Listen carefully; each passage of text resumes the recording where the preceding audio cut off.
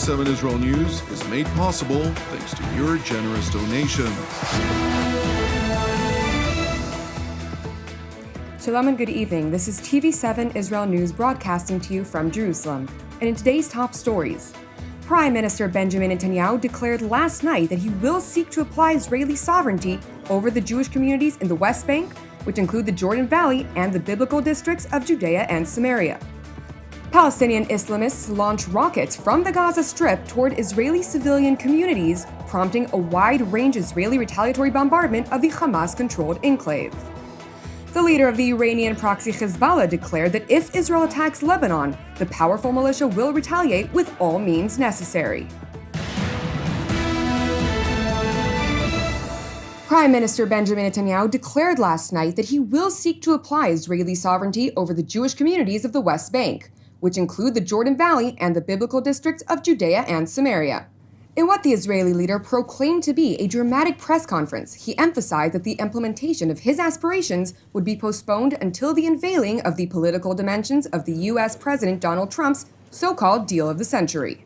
מתוך כבוד לנשיא טראמפ, או מתוך אמונה גדולה בידידותנו, אני אמתין עם החלת הריבונות על כל היישובים עד להצגת התוכנית המדינית של הנשיא.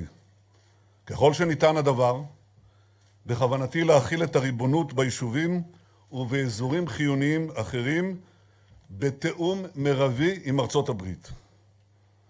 כמובן שהדבר יחייב הקמת קואליציה שמחויבת למדיניות ולעקרונות הללו, וזה יחייב גם היערכות ביטחונית מתאימה.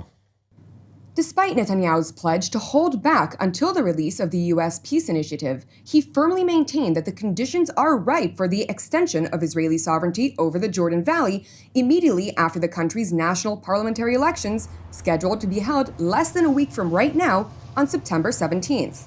That said, Netanyahu underscored that the move would be contingent on his re-election, with the clear mandate from Israel's citizens.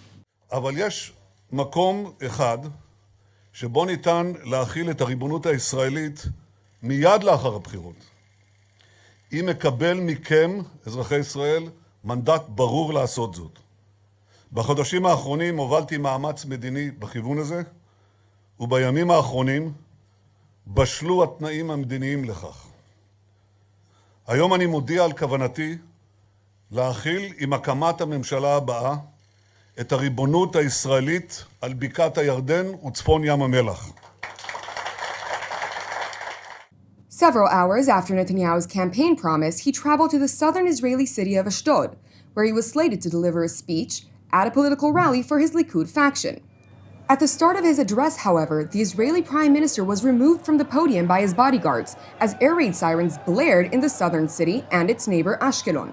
Moments later, 2 missiles were intercepted by the Iron Dome aerial defense system, thankfully causing no injuries or damage.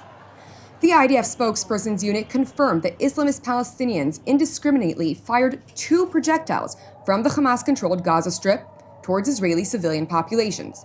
Responding to the cross-border rocket fire, Israeli fighter jets struck 15 terror targets in the northern and central Gaza Strip. The IDF spokesperson unit said that the locations included a military weapon manufacturing site, a naval force military compound, and an offensive infiltration tunnel belonging to the Hamas terror organization. The Israeli military emphasized in a statement that it will continue to operate against any attempts to harm Israeli civilians, while underscoring that the defense establishment holds the Hamas terror organization accountable for all events transpiring in the Gaza Strip and emanating from it. It is important to note, however, that Hamas officials informed Egypt that it was not behind the attacks on the Jewish state. According to Palestinian sources, the Islamist organization vehemently insisted to Cairo that the rocket fire at this stage is contrary to Palestinian national interest. An Israeli intelligence source told TV7 that Egypt later conveyed this message to Jerusalem.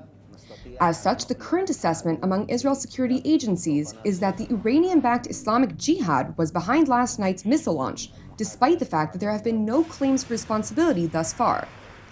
Meanwhile, in the West Bank city of Ramallah, senior Palestinian officials responded to Prime Minister Benjamin Netanyahu's Jordan Valley election pledge, deeming it a blatant violation of international law.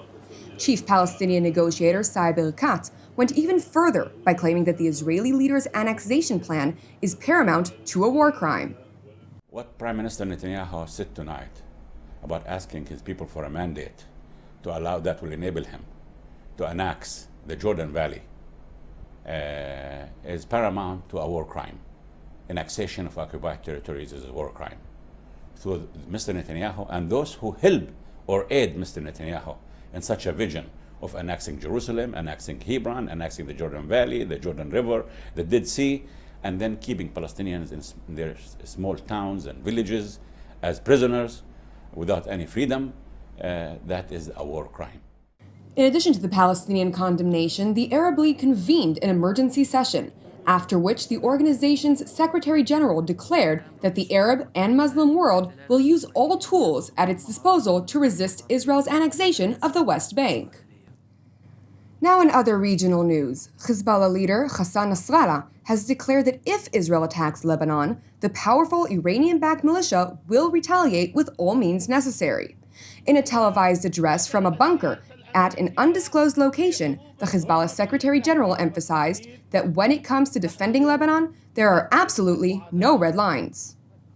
إذا اعتدي على لبنان بأي شكل من أشكال الاعتداء الذي يمثل اعتداء، هذا العدوان سيرد عليه بالرد المناسب المتناسب، ومن أجل الدفاع عن لبنان وشعب لبنان وسيادة لبنان وعمل لبنان وكرامة لبنان لا خطوط حمراء على الإطلاق.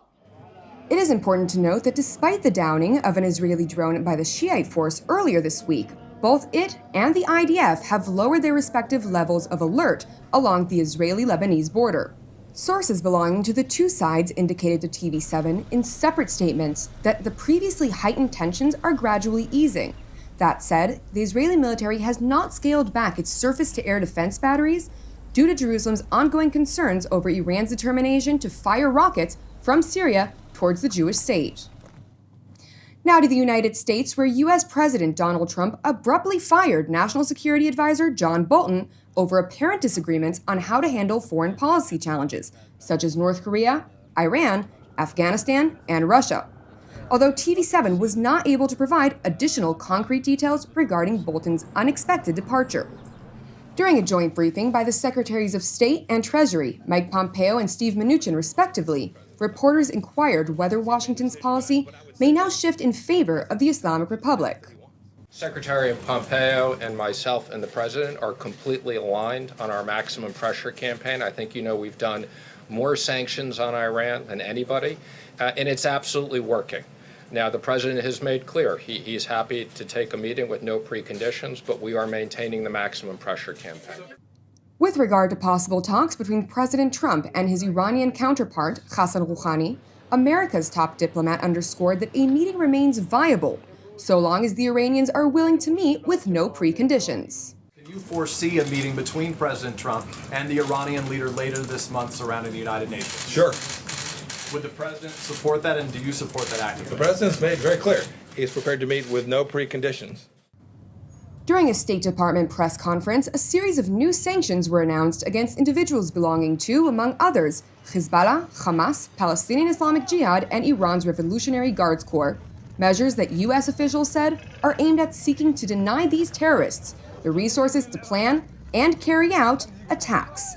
Meanwhile, Israeli Foreign Minister Israel Katz welcomed the American move, stating these punitive sanctions are vital in a global effort to bring about an end to the aggressive behavior by the Islamic Republic and its regional proxies. Thank you for joining us. You can also watch us at TV7israelnews.com or at TV7.fi. For more updates on Israel and its region, visit our Facebook page or YouTube channel at TV7 Israel News. Keep praying for the peace of Israel and the peace of Jerusalem. I'm Ayan Hessen. Have a good evening, and we'll see you again tomorrow at the same time.